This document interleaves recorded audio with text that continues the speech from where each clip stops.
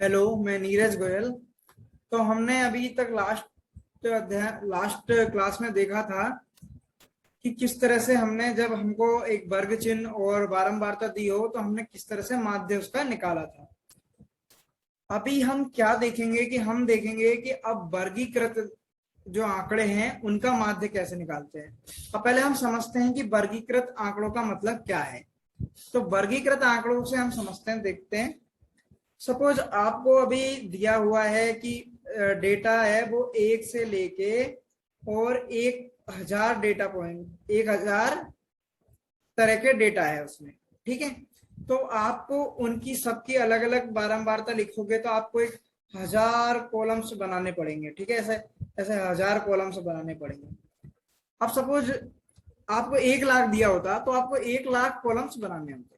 ठीक है, तो उस काम को हम कम करने के लिए हम क्या करते हैं कि हम डेटा को ग्रुप में बांट देते हैं, कुछ समूह में बांट देते हैं। जैसे मान के चला एक एक से 1000 तक का डेटा है, तो हम क्या करेंगे, हम कर सकते हैं कि 1 से 100 तक का डेटा को एक ग्रुप में रख दिया, 100 से 200 तक के डेटा को एक ग्रुप में रख दिया, फिर 200 से 300 तक का एक ग्रुप में रख दिया।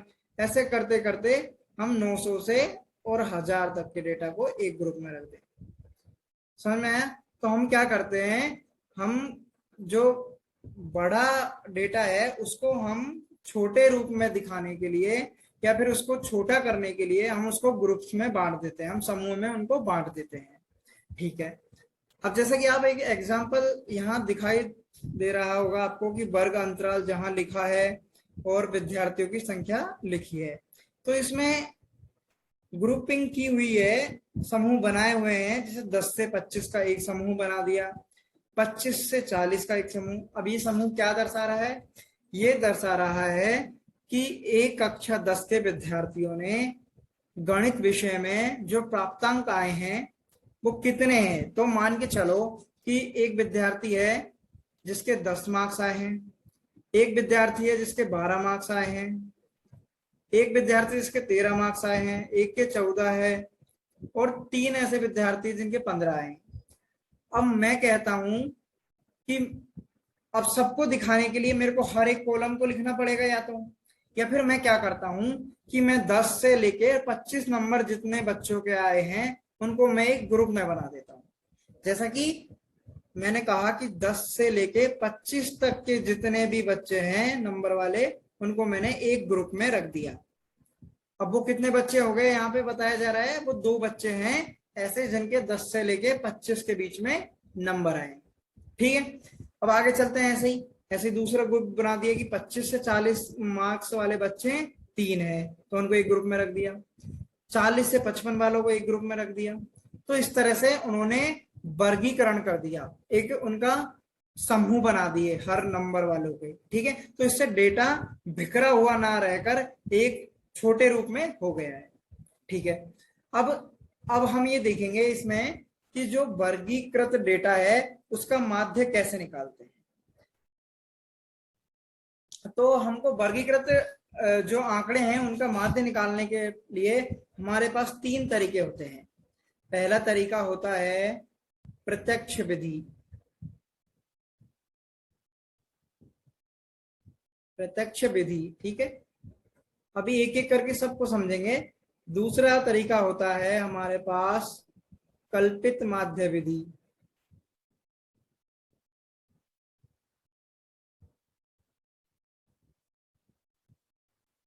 और तीसरा जो तरीका होता है वो होता है पग विचलन विधि।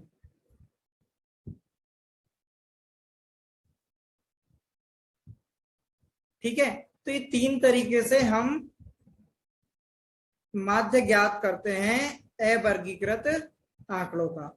अब आप पूछेंगे कि हमको परीक्षा में कौन सा यूज करना है।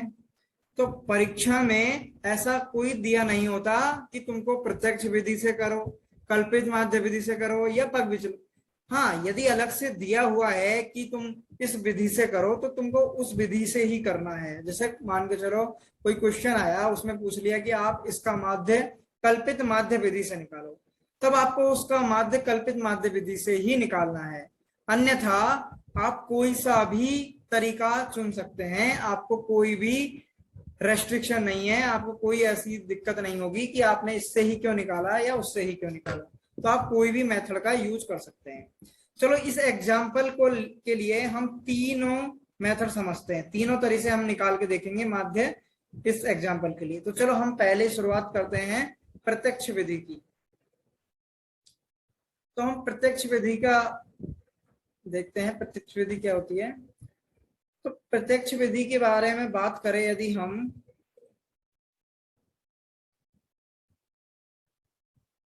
तो जैसा कि आपने लास्ट क्लास में देखा था कि प्रत्यक्ष विधि में हम क्या करते थे, मतलब एक तरीका अपनाया था हमने कि X bar is equal to summation of F I x I upon summation of F I, ये किया था हमने, याद होगा आपको। तो ये जो तरीका था, इसी तरीके को, इस फॉर्मूले को ही हम प्रत्यक्ष विधि कहते हैं। प्रत्यक्ष विधि में हम कुछ नहीं करते हैं, हम केवल जो हमको वर्ग चिन्ह दिया होता है और जो बारंबारता दी हुई होती है, उन दोनों को, उन दोनों के मल्टीप्लिकेशन को गुणा करके उन सभी आंकड़ों के लिए योगफल ले लेते हैं और उसको बारंबारताओं के योगफल से विभाजित कर देते हैं। तो हम इस एग्जाम्पल थोड़ा सा समझते हैं वर्ग, जैसे ये वर्गीकृत डेटा के बारे में कुछ टर्म्स, जहां कुछ चीजें यूज होने वाली हैं उनको हम समझते हैं। अभी हमको वर्ग अंतराल दिया होता है, जैसे 10 से 25 का, 25 से 40, 40 से 55, इस तरह से। तो इनमें जो 10 है, जो शुरुआत का, जो किसी भी वर्ग का जो शुरुआत वाला नंबर होता है, उसको हम बोलते हैं निम्न वर्ग सीमा। क्या बोलते हैं? निम्न वर्ग सीमा। ठीक है। और जो दूसरा वाला होता है, जहां पे ये वर्ग जाता है जहां तक, उसको हम बोलते हैं ऊपरी वर्ग सीमा। ठीक है। तो इसमें मैं पूछता हूं कि इस 55 से 70 में निम्न वर्ग सीमा क्या है? तो निम्न वर्ग सीमा क्या है?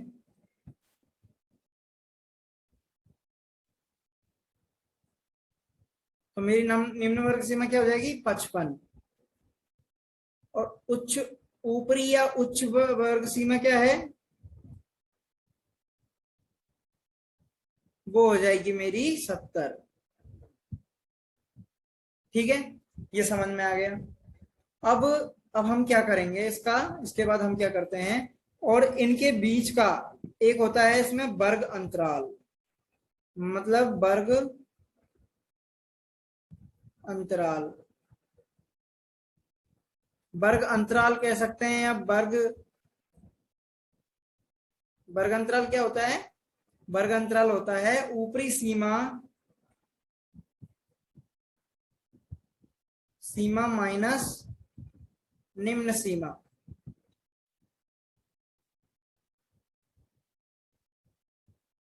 ठीक है, ऊपरी सीमा माइनस निम्न सीमा।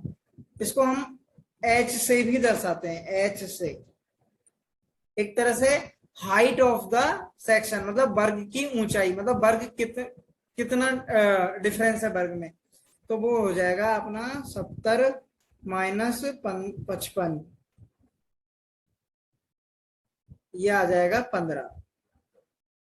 ठीक है, ये हो गया। हमने देखा निम्न सीमा क्या होती है, किसी भी वर्ग के लिए जो उसकी सबसे पहले लिखी जाने वाली संख्या है उसको हम निम्न वर्ग सीमा कहते हैं, और जो बाद में लिखे जाने वाली संख्या है उसको हम उच्च वर्ग सीमा कहते हैं। और एक वर्ग अंतराल होता है, उसको हम एच से दर्शाते हैं, वो होता है ऊपरी सीमा माइनस निम्न वर्ग सीमा। ठीक है,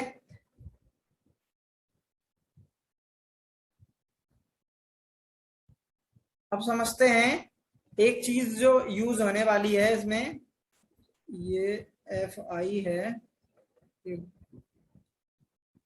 गलती से ये एक्स आई लिखा गया है, ये एफ आई।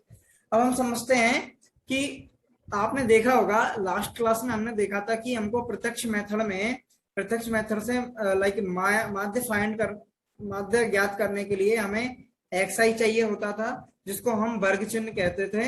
और एक हमको एफ आई चाहिए होता था, जिसे हम बारंबारता कहते थे।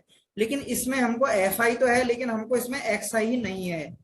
इसमें हमको वर्ग अंतराल दिया हुआ है, हमको एक्स आई नहीं दिया हुआ है। तो हम क्या करते हैं, पहले वर्गीकृत जो आंकड़े हैं उनके लिए हम पहले एक्स आई फाइंड करते हैं, मतलब वर्ग चिन्ह फाइंड करते हैं। वर्ग चिन्ह क्या होता है, अब देखो समझो इस चीज को, कि 10 से 25 नंबर वाले विद्यार्थी दो है, ठीक है। अब ये तो नहीं कह सकते कि वो 10 नंबर वाला विद्यार्थी दो है, ये 11 नंबर आए हैं या 12 आए हैं, 15 आए हैं, 17 आए हैं।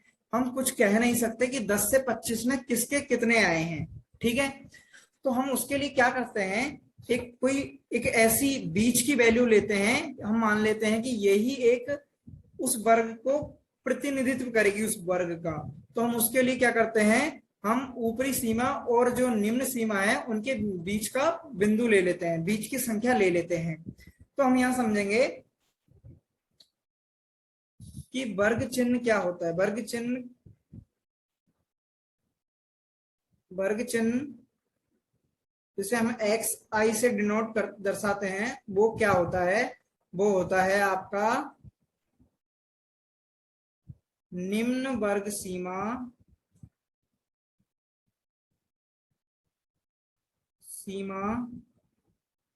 प्लस ऊपरी वर्ग सीमा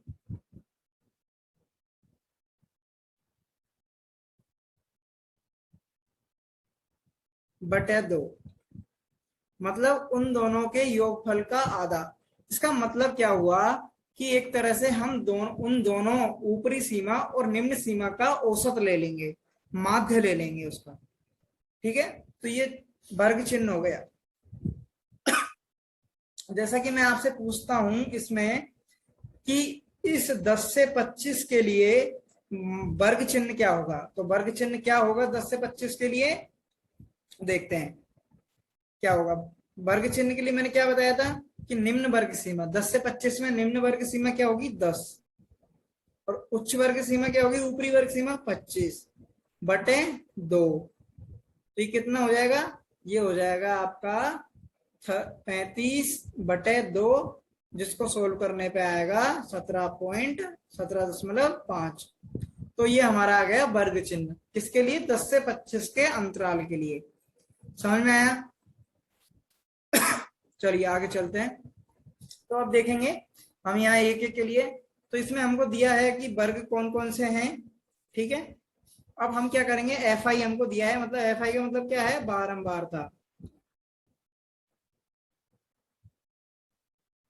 ठीक है। तो हम एक्स आई फाइंड करेंगे। एक्स आई क्या होता है, वर्ग चिन्ह। वर्ग चिन्ह कैसे निकालते हैं, ऊपरी सीमा प्लस निम्न सीमा बटे 2। तो ठीक है, शुरू करते हैं। तो 10 से 25 के लिए क्या होगा, 10 निम्न सीमा हो गई, 25 ऊपरी सीमा हो गई बटे 2। अभी देखा था हमने ये 17.5 आया था, तो हम क्या लिख देंगे यहाँ 17.5, ठीक है। अब 25 से 40 के लिए देखेंगे, 25 से 40 के लिए 25 निम्न सीमा हो गई, 40 ऊपरी सीमा हो गई, और उसको बटे 2 कर देंगे। तो ये आ जाएगा अपना 65/2। तो ये आ जाएगा अपना 32.5। तो मैं यहां लिख दूंगा 32 पॉइंट। तो हम देखेंगे 40 और 45 के लिए, तो ये हो जाएगा, सॉरी वन सेकेंड, ये हो जाएगा 40 प्लस 55/2, ये आ जाएगा 95/2, और वो आएगा 47.5। तो इसी तरह से हम इसके लिए निकालेंगे, तो ये आ जाएगा आपका 55 प्लस 70/2, तो ये आ जाएगा आपका 125/2 62.5। तो ये आ जाएगा आपका 62.5, ठीक है। तो इसी तरह से ये बाकी भी निकाल सकते हैं, जैसे 70 plus 85/2, that will give you 155/2। तो ये आ जाएगा आपका 72.5। सॉरी 77.5।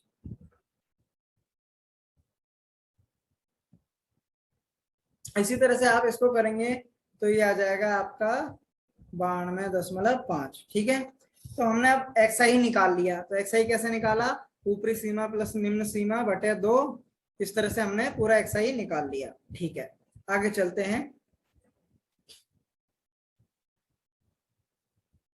अब हम निकालेंगे, जैसे कि हमने पिछले क्लास में देखा था कि हमारे पास XI था, FI था, तो हम क्या उसका FI XI निकाल के हम उसका माध्य निकाल लेते थे। तो हम यहाँ भी क्या करने वाले हैं, कुछ ऐसा ही करेंगे। हम FI और XI निकाल लेंगे और उसको हम आगे फॉर्मूले में यूज करेंगे। ठीक है, अब FI XI निकालते हैं इसका, तो ये आ जाएगा 17.5 इंटू, कैसे निकालते थे, FI 2 हो गया, 17.5 हो गया, तो वो कितना आ जाएगा 35। तो ये 35 आ जाएगा। अभी आ जाएगा आपका 32.5 इंटू 3, तो ये कितना आ जाएगा आपका 97.5 आएगा। आप इसको कैलकुलेट करके भी देख सकते हैं। ऐसे ही हम यदि 7 गुणा 47.5 करेंगे तो कितना आएगा, 7 गुणा 47.5 करेंगे तो ये आ जाएगा आपका 332.5, 332.5 आ जाएगा ये आपका। इसी तरह हम क्या करेंगे, 62.5 को हम मल्टीप्लाई करेंगे 6 से, तो ये आपका आ जाएगा 375। आप इन सबको एक बार अपने से कैलकुलेट करके जरूर देखें। और इसके बाद हम करेंगे 77.5 इंटू 6, ये आ जाएगा आपका 465। और हम करेंगे लास्ट 92.5 इंटू 6, तो ये आ जाएगा आपका 555। अच्छा, अब हमारे पास FI XI आ गया। अच्छा, अब हम क्या करते थे, जरा एक बार फिर से हम उस फॉर्मूले की तरफ चलते हैं। हमारा फॉर्मूला क्या होता था, x बार बराबर sigma FI XI divided by, sorry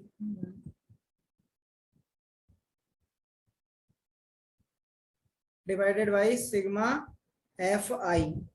तो अब हमारे पास सिग्मा FI हम निकाल लेते हैं पहले। सिग्मा FI के लिए 2 + 3 5, 5 + 7 12, 12 6 18 24 एंड 6 30, तो ये हमारे पास 30 आ जाएगा। ठीक है, FI का समेशन हमने कहा, सिग्मा का मतलब मैंने पहले भी बताया था, सिग्मा का मतलब समेशन, मतलब जोड़, योग सबका। अब सिग्मा FI XI का मतलब FI XI की सारी वैल्यूज का जोड़। तो हम क्या करेंगे, हमारे पास FI XI मिल गए हैं, तो हम इनको सबको जोड़ेंगे, तो जोड़ के देखेंगे आप, तो ये आएगा 0, then it will be 5 + 7 12, 12 14, 14 and 15 19 29 and 1 for हासिल की 1, तो ये हो जाएगा 0 और 3 हासिल लग जाएगी यहाँ पे। इसके लिए आप इसको आसानी से जोड़ सकते हैं। 15 15 7 22, 22 6 28 5 33 3 36, 3 हासिल की थी 36, हासिल की 3 रह जाएगी, फिर से 3 6 9 13 5 18, तो ये 1860 आ जाएगा। आप आराम से इसको एक बार खुद से जोड़ के जरूर देखें, इन सारी कैलकुलेशन को आप खुद से करके देखें। ठीक है, तो ये हमारा आ गया सिग्मा FI XI की वैल्यू आ गई हमारी 1860। अब हम क्या करेंगे, माध्य निकालने जा रहे हैं। माध्य निकालने के लिए हमारे पास फॉर्मूला तैयार है, sigma FI XI divided by sigma FI। तो हम सिग्मा FI XI की वैल्यू जानते हैं, अभी हमको मिल चुकी है, वो कितनी है 1860। और सिग्मा FI भी हमको पता है, तो हम यहाँ से देख सकते हैं वो कितना है 30। तो अब इसको जोड़ना शायद मेरे ख्याल से बड़ी बात नहीं होनी चाहिए। तो आप इसको यदि आप डिवाइड करेंगे, इसका भाग देंगे 30 का इसमें, तो ये 0 से तो 0 उड़ ही जानी है, तो इसका भाग देंगे तो आप ये आ जाएगा 62। इसका मतलब मेरा x बार बराबर कितना आ गया 62 आ गया है। इस मेरे प्रत्यक्ष मेथड से। एक्स बार क्या होता था, माध्य, मतलब मेरा माध्य निकल के आ गया है यहाँ पर 62। ये हमारा था पहला मेथड। अब हम एक बार फिर से इसको पूरे को रिवाइज करते हैं क्या हुआ इस मेथड में। हमारे पास वर्गीकृत डेटा होगा। वर्गीकृत डेटा का मतलब क्या हुआ कि कुछ अंतराल दे रखा होगा, जैसे 10 से 25, 25 से 55, इस तरह का कुछ अंतराल दिया होगा। हमको एक वर्ग चिन्ह, डायरेक्ट वैल्यू नहीं पता होगी, ठीक है। तो उसके लिए उसके बाद हम क्या करेंगे, हम देखेंगे, हमको जानना आना चाहिए कि निम्न सीमा क्या है, उच्च सीमा क्या है, और फिर हम पता लगाएंगे कि इसका वर्ग चिन्ह क्या है। वर्ग चिन्ह क्यों चाहिए, हमारा फॉर्मूला कहता है कि सिग्मा एफ आई एक्स आई बटे सिग्मा एफ आई, जहां एक्स आई हम बोलते हैं वर्ग चिन्ह को। तो हम क्या करेंगे, एक्स आई निकालेंगे, हम वर्ग चिन्ह निकालेंगे। और वर्ग चिन्ह निकालने के लिए मैंने क्या बताया, वर्ग चिन्ह निकालने के लिए हम क्या करते हैं, ऊपरी सीमा प्लस निम्न सीमा बटे 2, तो उससे हमको वर्ग चिन्ह आ जाएगा। तो हमने यहाँ सारा सबका वर्ग चिन्ह निकाला। वर्ग चिन्ह निकालने के बाद जैसा कि हमने पिछली क्लास में देखा था कि हम क्या करते थे, एफ आई एक्स आई को पहले ही निकाल के रख लेते हैं ताकि बाद में कैलकुलेशन में परेशानी ना हो। तो हमने एफ आई और एक्स आई को गुणा करके निकाल लिया। आप अच्छे से इसकी कैलकुलेशन करके देखें, ठीक है।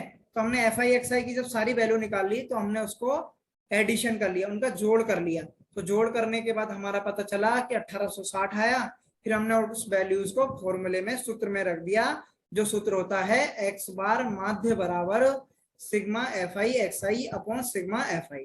तो इस तरह से हमने माध्य निकाला और हमने पाया कि माध्य आता है इस आंकड़े का 62 हमारा माध्य आया, ठीक है। तो अब हम क्या करते हैं, हम अब दूसरे मेथड की तरफ चलते हैं जो है हमारा कल्पित माध्य विधि। अब हम कल्पित माध्य विधि की ओर चलते हैं। कल्पित माध्य विधि में हम क्या करते हैं देखते हैं। देखिए कल्पित माध्य विधि क्या कहती है, ये इसका कल्पित माध्य निकालने का, कल्पित माध्य विधि की सहायता से माध्य निकालने का फॉर्मूला है। इस पे हम बाद में चलते हैं, अभी हम देखते हैं कल्पित माध्य का यूज कहाँ करते हैं। देखिए अब सपोज अभी इसमें हमको डेटास दिए थे 10 से 25, ठीक है, 25 से 40 और 40 से 55, इस तरह के कुछ डेटा दिए थे। अब लेकिन मैं कहता हूं कि अभी यही दिया होता कि 1000 से 2000, फिर 2000 से 3000, तो इसका मैं यदि वर्ग चिन्ह निकालता इसका, तो इसका कितना आता, ये आता आपका 2500। अब इसको मैं किसी फ्रीक्वेंसी मतलब बारंबारता से गुणा करूंगा तो ये बहुत बड़ी कैलकुलेशन हो जाएगी, समझ में आया। मतलब यदि डेटा बड़ा हो तो हमको कैलकुलेशन में दिक्कत होगी। तो हम उसको, उस समस्या से निपटने के लिए हम क्या करते हैं, हम किसी एक को पहले से ही एक माध्य मान लेते हैं, कल्पित माध्य मान लेते हैं कि हमने मान लेते हैं कि ये तो माध्य हमने पहले से ही मान लिया है। अब उसके बाद उस पर कैलकुलेशन करते हैं। अब देखते हैं वो कैलकुलेशन कैसे करते हैं। हम इस विधि में भी उसी पिछले वाले एग्जाम्पल का उपयोग करेंगे, ठीक है। आगे चलते हैं। तो हम देखेंगे इसमें, हम देखते हैं इसमें हम क्या करते हैं कि सबसे पहले तो हम वही काम करेंगे कि सबसे पहले हम क्या करेंगे, हमको वर्ग अंतराल पता होगा तो हम फिर उससे क्या निकालेंगे, वर्ग चिन्ह निकालेंगे। वर्ग चिन्ह निकालने की विधि को आपने अच्छे से समझा है। वर्ग चिन्ह निकालते हैं ऊपरी सीमा प्लस निम्न सीमा बटे 2, ठीक है, यहां तक क्लियर है। अब वर्ग सीमा निकालने के बाद, हम वर्ग चिन्ह निकालने के बाद हम क्या करते हैं, एक कल्पित माध्य, अपनी मर्जी से एक माध्य मान लेते हैं और उसको हम बोलते हैं, उसको हम दर्शाते हैं ए से। ए हमारा क्या होता है, ए हमारा होता है कल्पित माध्य। मतलब कल्पित का मतलब कल्पना से किया हुआ, मतलब हमारी मर्जी से कुछ माना हुआ, ठीक है। तो अब जनरली क्या होता है कि हम कल्पित माध्य, जो वर्ग चिन्ह वाली जो कॉलम है, वर्ग चिन्ह वाला जो दिख रहा है आपको ये पूरा, इसमें से हम किसी को भी मान सकते हैं। ये वर्ग चिन्ह है, इसमें से हम किसी को भी मान सकते हैं, लेकिन अभी तक देखा गया है कैलकुलेशन के हिसाब से सबसे अच्छा रहता है कि तुम बीच वाले को कल्पित माध्य मान लो। जैसे इसमें क्या है 17.5, 42.5, 47.5, 62.5, 77.5 एंड 92.5। तो हम इसमें से किसी को भी कल्पित माध्य मान सकते हैं, लेकिन 47.5 इसके बीच में है तो हम इसको कल्पित माध्य मान लेंगे। हम जनरली परीक्षाओं के हिसाब से हम देखते हैं तो हम बीच वाले को ही कल्पित माध्य मानते हैं, इससे कैलकुलेशंस काफी आसान हो जाती है। ठीक है, तो एक बार हम कल्पित माध्य मान लेते हैं, मतलब ए हमने किसी को मान लिया, तो हम उसके बाद विचलन निकालते हैं। विचलन क्या होता है? विचलन को इंग्लिश में डेविएशन बोलते हैं।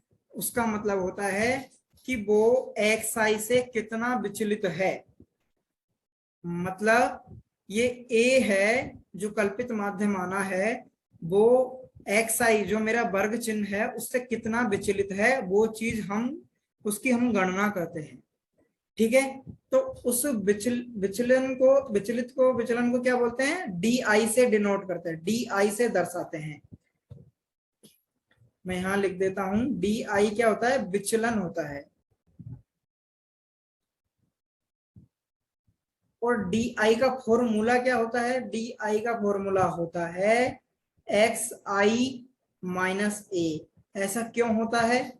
मैंने क्या बताया कि हम देखते हैं कि एक्स आई से वो कल्पित माध्य कितना विचलित है, तो हम एक्स आई में से ए को घटा के देखते हैं कि वो कितना विचलित है। ठीक है, चलो आगे बढ़ते हैं। अब हम इस सवाल में हम आपने देखा कि पहले भी हम एक्स आई निकाल चुके हैं, तो उसको हम फिर से नहीं निकालने, हमने उसको डायरेक्टली यहाँ रख दिया है एक्स आई निकाल के। अब हम निकालेंगे विचलन। ठीक है, तो हम विचलन के लिए क्या बताया मैंने? एक्स आई माइनस ए, मतलब वर्ग चिन्ह माइनस कल्पित माध्य। ठीक है, अच्छा अब इसमें हम लिख देते हैं कल्पित माध्य क्या है हमारा इस सारणी के लिए? 47.5। ठीक है, अब एक एक के लिए हम कल्पित माध्य की विचलन की गणना करते हैं। चलो, अब पहला है अपना एक्स कितना है? 17.5। 17.5। अब डी आई कैसे निकालते हैं? एक्स आई माइनस ए, तो एक्स आई तो लिख दिया 17.5 और ए कितना है? 47.5। तो डी आई इसका कितना आ जाएगा? ये आ जाएगा आपका, जब प्लस की संख्या छोटी हो और माइनस की संख्या बड़ी हो तो चिन्ह माइनस का आता है और हम बड़ी में से छोटी को घटा देते हैं। यहाँ 17.5 प्लस की है और 47.5 नेगेटिव है, माइनस की है, तो चिन्ह यहाँ माइनस का आ जाएगा और हम 47.5 में से 17.5 को घटा देंगे तो वो आ जाएगा आपका 30। तो इसका डी आई कितना आ गया? -30। तो इसको हम यहाँ भर देते हैं। ठीक है, ये कर दिया। अब हम दूसरे के लिए चलते हैं, तो दूसरा कितना है? 32.5 माइनस 47.5। तो फिर से क्या है? यहाँ पे पॉजिटिव वाली संख्या है, जो प्लस की संख्या छोटी है और नेगेटिव की संख्या बड़ी है, तो चिन्ह आ जाएगा माइनस का और बड़ी में से छोटी को घटा देंगे। तो बड़ी में से छोटी को घटाएंगे तो ये आएगा आपका 15। तो हम यहाँ लिख देंगे -15। ठीक है, आगे चलते हैं। तो 47 तीसरी है हमारी 47.5 माइनस 47.5। तो ये बहुत ही सामान्य सा है, तो इसमें आपको दिख ही रहा है कि ये 0 आ जाएगा, तो हम इसको 0 लिख देंगे। अब फोर्थ नंबर का जो डेटा पॉइंट है हमारा वो है 62.5 माइनस 47.5। तो इसमें आप देखेंगे कि प्लस वाली संख्या अपने आप बड़ी है, तो हमको कोई चिन्ह लगाने की जरूरत नहीं है, तो इसको हम घटाएंगे तो ये आ जाएगा आपका 15। इसी तरह से आप बाकी की गणना करते हैं तो ये आ जाएगा आपका 30 और ये आ जाएगा आपका 45। ठीक है, अब आगे चलते हैं। अब देखिए, अब हम क्या करते हैं? हम विचलन माध्य निकालेंगे। अब विचलन माध्य क्या होता है? विचलन माध्य हो गया एक तरह से आपका डी आई के लिए माध्य कितना होगा। तो अभी हम उसके लिए पहले देख लेते हैं कि हमारा फॉर्मूला क्या होता है माध्य निकालने का। तो माध्य निकालने का फॉर्मूला होता है, अच्छा पिछली बार क्या था, एक्स बार बराबर सिग्मा एफ आई एक्स आई बटे सिग्मा एफ आई। ठीक है, अब इस बार क्या हो जाएगा, ऐसा कि हमने क्या माना है, हमें क्या किया, एक्स आई में से ए को घटाया, मतलब हमने विचलित कर दिया, कितना विचलन आया ये हमने देखा। हमने ए को घटाया है वर्ग चिन्ह में से, पहले एक्स आई था, इस बार हमने एक्स आई में से ए को घटा दिया। तो इस बार जो फॉर्मूला बन के आएगा ना वो आता है एक्स बार बराबर, पहले क्या था, चलो पहले देखते हैं पहले क्या था, पहले था F I x i divided by sigma f i. ठीक है, लेकिन इस बार क्या किया हमने, एक्स बार बराबर सिग्मा एफ आई एक्स आई को हमने क्या कर दिया, एक्स आई में से हमने ए को घटा दिया। ठीक है, ए को हमने घटा दिया इस बार। तो इस बार क्या होगा, हम विचलन माध्य निकालेंगे। पहले विचलन माध्य कैसे निकालेंगे, इसको मैं इरेज कर देता हूं।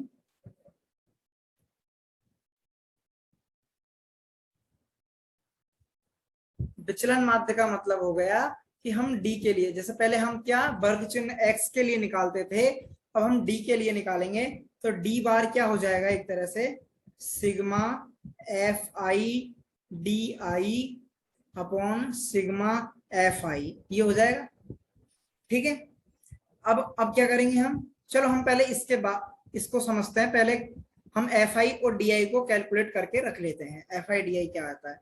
अब एफ आई डी आई के लिए क्या करेंगे, एफ आई को डी आई से गुणा करेंगे। डी आई हमारे पास ऑलरेडी टेबल में है, एफ आई है तो हम गुणा कर देंगे सीधा। तो 2 गुणा माइनस 30, अच्छा ये सबको पता है कि प्लस को हम गुणा करते हैं प्लस से तो प्लस आता है, प्लस को हम गुणा करते हैं माइनस से तो माइनस आता है, माइनस को गुणा करते हैं प्लस से तो माइनस आता है, और माइनस को गुणा करते हैं माइनस से तो प्लस आता है। अच्छा एक चीज ध्यान रखना, जब भी समान चिन्ह गुणा होते हैं तो प्लस आता है। समान चिन्ह का मतलब प्लस प्लस से गुणा होगा, माइनस माइनस से गुणा होगा तो प्लस का चिन्ह आता है, और जब जब विपरीत चिन्ह गुणा होते हैं तो माइनस का चिन्ह आता है। मतलब यदि प्लस माइनस से गुणा होगा, माइनस प्लस से गुणा होगा तो चिन्ह माइनस का आएगा। ठीक है, अच्छा अब यहां देखते हैं, यहाँ चिन्ह है माइनस का, यहाँ चिन्ह है प्लस का, तो चिन्ह किसका आएगा, माइनस का। अब 30 को 2 से गुणा करेंगे तो बहुत सिंपल है, 60 आ जाएगा। इसी तरह यहाँ माइनस का चिन्ह आएगा, 15 को 3 से गुणा करेंगे तो 45 आ जाएगा। ध्यान रखना एफ आई और डी आई को ही गुणा करना है, इस बार एक्स आई का कोई काम नहीं है। ठीक है, अब 0 को किसी भी संख्या से गुणा करो तो क्या आता है, 0 ही आता है, तो हम 0 लिख देंगे। 15 को हम 6 से गुणा करेंगे तो ये आ जाएगा आपका 90, और हम 30 को 6 से गुणा करेंगे तो आपका आ जाएगा 180, और हम 45 को हम 6 से गुणा करेंगे तो कितना आ जाएगा, 270 270 आ जाएगा। ठीक है, अब तुम एक चीज ऑब्जर्व करो, एक चीज देखो आप यहाँ पे कि पिछली बार हमने जब एक्स से गुणा किया था ना तो काफी बड़ी बड़ी कैलकुलेशन हो रही थी, लेकिन इस बार काफी आसान कैलकुलेशन हो गई। वो क्यों हुई, क्योंकि हमने एक कल्पित माध्य मान लिया और हमने कैलकुलेशंस को बहुत छोटा कर दिया। समझ में आया, तो हमने हमारा मेन जो मोटिव है, जो हमारा लक्ष्य है इस कल्पित माध्य को लेके, वो यही है कि उसको हम कैलकुलेशंस को छोटा करना, आसान करना। ठीक है, अब हमारे पास एफ आई डी आई आ गया, तो हम पहले की तरह इनका समीशन और कर लेते हैं, इनका जोड़ और कर लेते हैं। तो इनको हम जोड़ेंगे तो पता देखो कितना होता है, तो माइनस माइनस की संख्या को अलग जोड़ लो और प्लस प्लस की को अलग जोड़ लो, तो माइनस माइनस की कितनी हो जाएगी, माइनस का 60 माइनस का 45, तो कितना हो जाएगा 5 और 10 105, तो माइनस का हो गया। अच्छा अब प्लस का और देख लेते हैं, प्लस का कितना हो जाएगा 90 180 और 270, कितना हो जाएगा 0 9 8 17 7 24 और 2 1 3 और हासिल की 2 5, तो ये हो गया आपका 540। अब प्लस के 540 और माइनस के 105 तो हम घटा देंगे, तो 540 और 105, तो ये आ जाएगा आपका 5 3 4, तो ये आ जाएगा आपका 435, और आप इसको आराम से जोड़ भी सकते हैं। अच्छा, ये हमारी टेबल कंप्लीट हो। अब अच्छे से इसको समझते हैं कि ये हो क्या रहा है। अच्छा, अभी हम क्या कर रहे हैं, हम x पे ध्यान नहीं देते हैं कि हमको माध्य कैसे, हमको बस इतना पता है कि हम ये निकालते हैं कि विचलन माध्य कितना होगा, मतलब उस d की वजह से माध्य कितना होगा। तो d बार कितना हो जाएगा, x बार की तरह sigma f i d i upon sigma f आई। अच्छा ठीक है, अभी चलते हैं। अच्छा, d बार बराबर sigma f I, F I तो ऐसे कैसे है। अब देखो डी को हमने क्या लिखा था, याद करो, डी को हमने लिखा था, आपको याद होगा कि हमने डी को लिखा था, दिखा देता हूं, हमने डी को लिखा था एक्स आई माइनस ए। याद है डी आई बराबर क्या था, विचलन एक्स आई माइनस ए। यहां लिख भी देता हूं मैं, डी आई क्या था हमारा, एक्स आई माइनस ए। समझ में आया, डी आई क्या था, एक्स आई माइनस ए। तो हमने सिग्मा एफ आई और डी आई की जगह मैं अभी के लिए लिख देता हूं एक्स आई माइनस ए। ठीक है, ये लिख दिया। अच्छा, और सिग्मा एफ आई उसमें तो कोई अंतर ही नहीं है, तो उसको तो मैं ऐसे की ऐसे ही लिख देता हूं। ठीक है, चलो अब क्या करते हैं, अब हमको कुछ नहीं पता, अब आगे चलते हैं। अब आगे चलते हैं तो हम देखते हैं, इनको अलग अलग कर लेते हैं। तो ये एक तो हो जाएगा हमारा sigma f I x i divided by sigma f आई, और यहाँ आ जाएगा माइनस, और ए को फिर से हम इसको सारे से मल्टीप्लाई कर देंगे, तो ये आ जाएगा a summation of F i divided by summation of F i. अब ये तो दोनों सेम है, तो मैं इनको उड़ा काट भी सकता हूं। ठीक है, अच्छा अब क्या करते हैं, अब आगे चलते हैं। तो अब देखेंगे हम कि जो हमारा डी है, डी बार है, वो होगा हमारा summation of F I x i divided by summation of F i minus A. ठीक है, ये आ गया इतना। अब हम क्या करेंगे ना,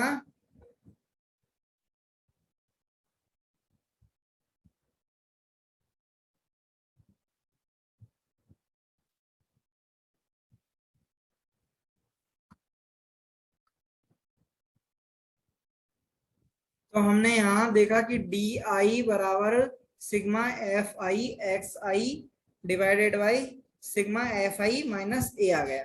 ठीक है, अच्छा अब आप यदि इसको अच्छे से देखें तो आपको पता चलेगा कि ये sigma f I x i divided by sigma f आई है, ये एक्चुअल में है क्या, कुछ याद आया, ये क्या है। आपने देखा होगा कि x बार बराबर sigma f I x i divided by sigma f आई, मतलब ये क्या है, x बार है, ये माध्य है, तो हम इसको लिख सकते हैं d बार बराबर x बार माइनस a।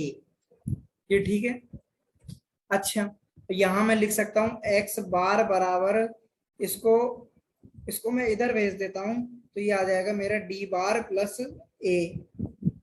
ठीक है, अच्छा अच्छा ये चीज बताओ, x बार बराबर, और डी बार क्या माना था, डी बार क्या माना था हमने, डी बार था हमारा sigma f i d I divided by sigma f i.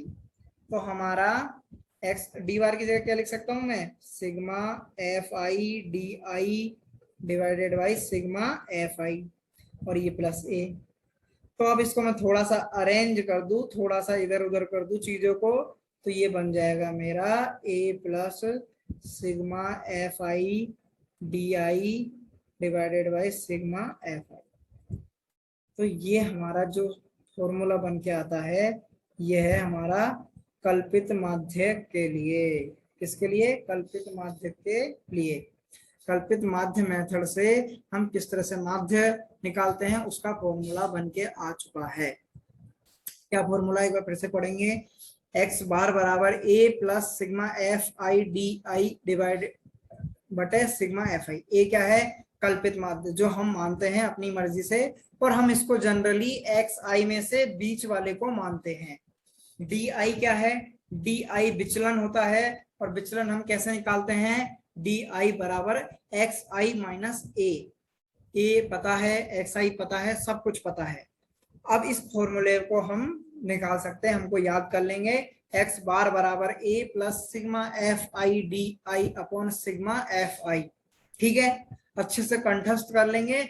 अब हमने देखा टेबल में हमने सब कुछ निकाल लिया है। सिग्मा एफ आई डी आई हमारे पास है, सिग्मा एफ आई हमारे पास है, ए हमारे पास है, तो हम आराम से अब माध्य निकाल सकते हैं।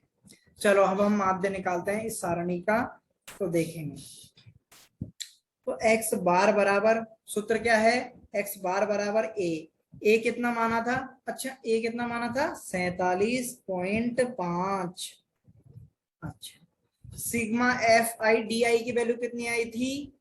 याद नहीं है तो यहां से देख सकते हैं कितनी आई थी? 435। ठीक है, तो ये कितनी आई थी? 435। अब divided by sigma f I, sigma f आई की वैल्यू कितनी है? 30। तो ये मैंने लिख दिया। ठीक है, अब मैंने फॉर्मूले में रख दिए सब चीजों को। अब हम निकाल लेंगे एक्स बार को। एक्स बार कितना हो जाएगा हमारा? 47.5 प्लस 30 का भाग इसमें देंगे तो ये आ जाएगा आपका 30 एकम 30, और फिर ये आ जाएगा आपका कितना? 35, 135, and then it will be ये आ जाएगा आपका 14.5। आप आराम से इसका कैलकुलेशन कर सकते हैं। अब इन दोनों को यदि हम जोड़ेंगे 47.5 को और 14.5 को, तो ये आपका फिर से निकल के आ जाएगा 62.0, और हम कह सकते हैं कि x बार आ गया हमारा 62.65। तो हमने देखा, आपको याद होगा कि हमने जो प्रत्यक्ष विधि से निकाला था उसमें भी माध्य 62 ही आया था। ये हमारा दूसरा मेथड से आया है जो है x बार बराबर 62।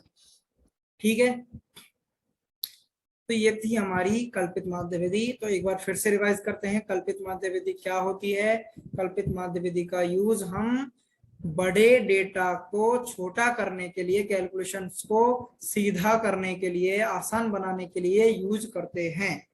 ठीक है, उसके लिए हम क्या करते हैं? हम एक एक्स आई वर्ग चिन्ह में से एक किसी वैल्यू को जनरली, सामान्यतः हम बीच वाली वैल्यू को हम कल्पित माध्य मान लेते हैं, और उसके लिए हम एक्स आई से विचलन निकालते हैं जिसे हम डी आई बोलते हैं, और डी आई का फॉर्मूला होता है एक्स आई माइनस ए। जब हमारे पास डी आई आ जाता है तो हम डी आई और एफ आई की मदद से एफ आई और डी आई निकाल लेते हैं। जब सारों के एफ आई और डी आई आ जाते हैं तो हम उसका सबका योगफल निकाल लेते हैं, और हम उनको सबको फॉर्मूले में रख देते हैं। फॉर्मूला होता है एक्स बार बराबर a plus sigma f i d आई बटे सिग्मा एफ आई। तो इतना समझ में आया, और हमने देखा दोनों मेथड से जो हमारा माध्य है वो बराबर आया, 62 आया है। धन्यवाद।